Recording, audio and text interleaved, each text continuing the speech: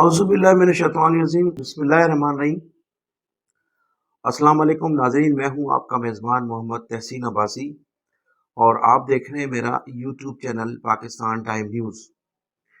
ناظرین، بانی متحدہ الطاف حسین اور ان کی رابطہ کمیٹی نے آج 24 دسمبر کو مہاجر کلچر ڈے کے مکمل بائیکاٹ کا اعلان کیا ہے۔ انہوں نے کارکنان کے نام اپنے پیغام میں کہا ہے کہ یہ جو کلچر ڈے منایا جا رہا ہے، یہ چند مفاد پرست وہ مہاجر لوگ ہیں جو پوری قوم کو گمراہ کرنے جا رہے ہیں۔ اس مہاجر کلچر ڈے کے حوالے سے تھوڑی سی آپ کو تاریخ بتاتا چلوں کہ یہ مہاجر کلچر ڈے گزشتہ 7 سالوں سے منایا جا رہا ہے، اور گزشتہ 4 سال تو یہ کلچر ڈے گھروں میں اور اپنی چار دیواری میں منایا گیا، لیکن گزشتہ 3 سالوں سے اس کلچر ڈے کے حوالے سے 2 بڑی ریلیوں کا انعقاد کیا جاتا ہے۔ ایک ریلی کریم آباد سے مزار قائد تک نکالی جاتی ہے، دوسری ریلی کورنگی اور لانڈی میں اس کا انعقاد کیا جاتا ہے۔ تو یہ اس مرتبہ جو گزشتہ سال یا اس سے قبل جو کلچر ڈے کے حوالے سے ریلیوں کا انعقاد کیا گیا، اس میں بانی متحدہ نے اس کی مخالفت نہیں کی تھی، اور اس مرتبہ اس کی جو ہے وہ مخالفت کی گئی ہے، اس کا بالکل بائیکاٹ کا اعلان کیا گیا ہے۔ اب اس کی وجہ، جو بنیادی وجہ جو ہمیں سمجھ میں آتی ہے، وہ یہ ہے کہ گزشتہ 4 دن قبل تو بانی متحدہ کا کوئی اس قسم کا اسٹیٹمنٹ نہیں تھا، لیکن جس روز بھی متحدہ قومی موومنٹ بہادر آباد نے اس کلچر ڈے میں شرکت کے لیے ایک پریس کانفرنس کے ذریعے شرکت کے لیے خواہش کا اظہار کیا اور شرکت کرنے کا فیصلہ کیا ہے، تو اس کے بعد سے متحدہ قومی موومنٹ کے بانی جناب الطاف حسین نے اس کا اور اس کی رابطہ کمیٹی نے اس کا مکمل بائیکاٹ کا اعلان کیا۔ انہوں نے کہا کہ یہ جو کلچر ڈے ہے، اس کلچر ڈے کے حوالے کلچر ڈے سے پوری قوم، مہاجر قوم کو گمراہ کرنے کی کوشش کی جا رہی ہے۔ اس کے علاوہ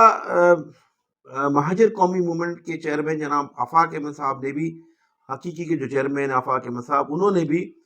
گزشتہ 4 روز قبل ایک بند کمرے کے اجلاس میں اس کلچر ڈے کے حوالے سے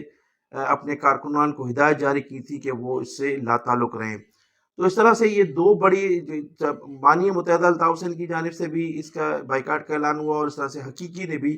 اس سے مکمل لا تعلقی کا اعلان کیا ہے۔ اب اس کلچر ڈے کے حوالے سے کہا یہ جا رہا ہے کہ جو ہے وہ ماضی میں جو کلچر ڈے گزشتہ سال منایا گیا تھا، تو اس کلچر ڈے کے حوالے سے یہ کلچر ڈے منانے والی کی جو آرگنائزنگ کمیٹی ہے، انہوں نے بہادر آباد سے رابطہ کیا تھا، اور گزشتہ سال جب ان سے رابطہ کیا گیا تو بہادر آباد سے انہیں یہ پیغام دیا گیا تھا کہ یہ کلچر ڈے آپ اس 24 دسمبر کو ہی کیوں منا رہے ہیں؟ کلچر ڈے آپ ہمارے ساتھ مل کر بنائیں، تاریخ بھی ہم دیں گے اور دن بھی ہم بتائیں گے، لیکن اس آرگنائزنگ کمیٹی نے اس فیصلے کو مسترد کر دیا تھا، اور پھر از خود جب اس کلچر ڈے کو منایا گیا تو اس سال بہادر آباد نے خود پیشکش کی ہے کہ ہم اس میں شرکت کریں گے۔ تو اس طرح سے یہ جو کلچر ڈے ہے، اب اس مرتبہ جو تجزیہ کار ہیں وہی بتا رہے ہیں کہ مہاجر قومی موومنٹ بہادر آباد اس کلچر ڈے کو اور اس ریلی کو بلدیاتی انتخابات میں پوری طرح سے استعمال کرنے کی کوشش کرے گی، جس کی وجہ سے ان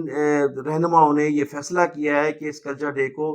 کسی بھی طرح سے ہائی جیک کیا جائے اور اپنی اسٹرینتھ ظاہر کی جائے، اور بلدیاتی انتخابات میں پوری طرح سے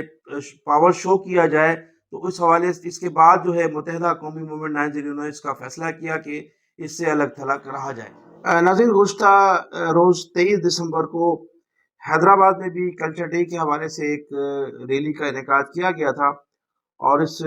کلچر ڈے سے جو ہے فاروق ستار صاحب نے خطاب کیا، اور سابق رکن قومی اسمبلی جناب وسیم صاحب نے بھی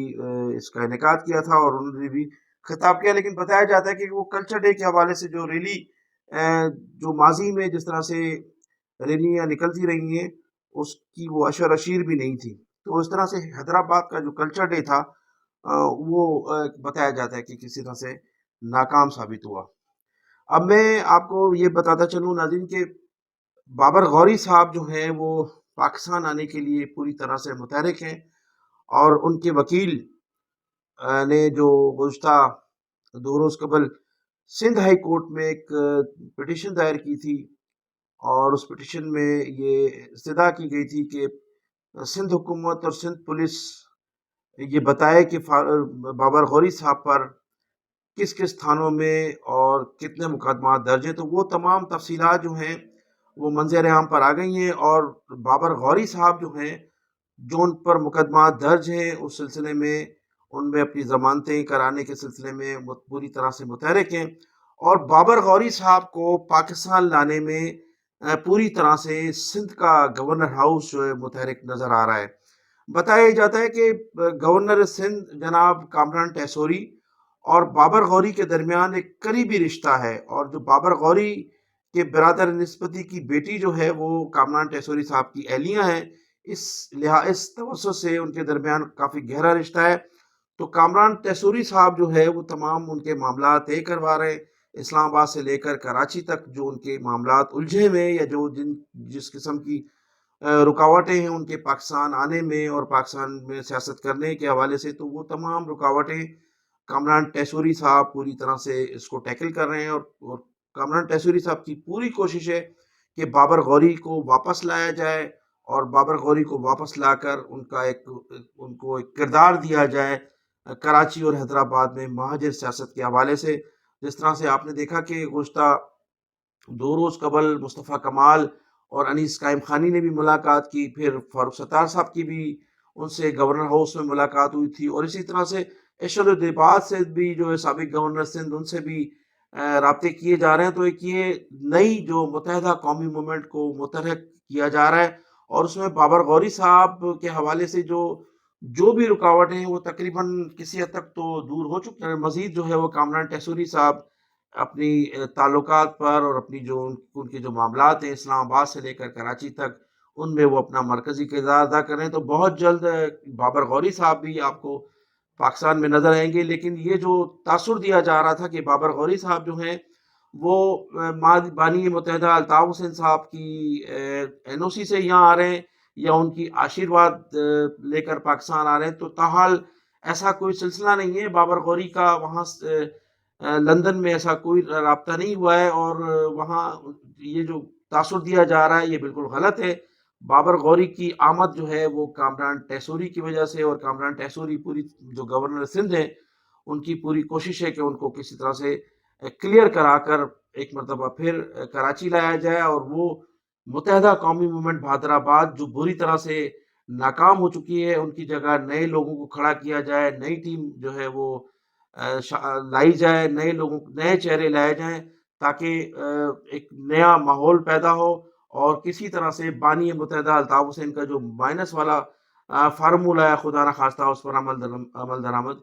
کیا جا سکے۔ تو ناظرین، میں انہی الفاظ کے ساتھ آپ سے اجازت چاہوں گا کہ آپ میرے چینل کو سبسکرائب بھی کیجیے گا، اور اپنی کمنٹ سیکشن میں جا کر اپنی قیمتی رائے کا اظہار ضرور کیجیے گا۔ پاکستان زندہ باد۔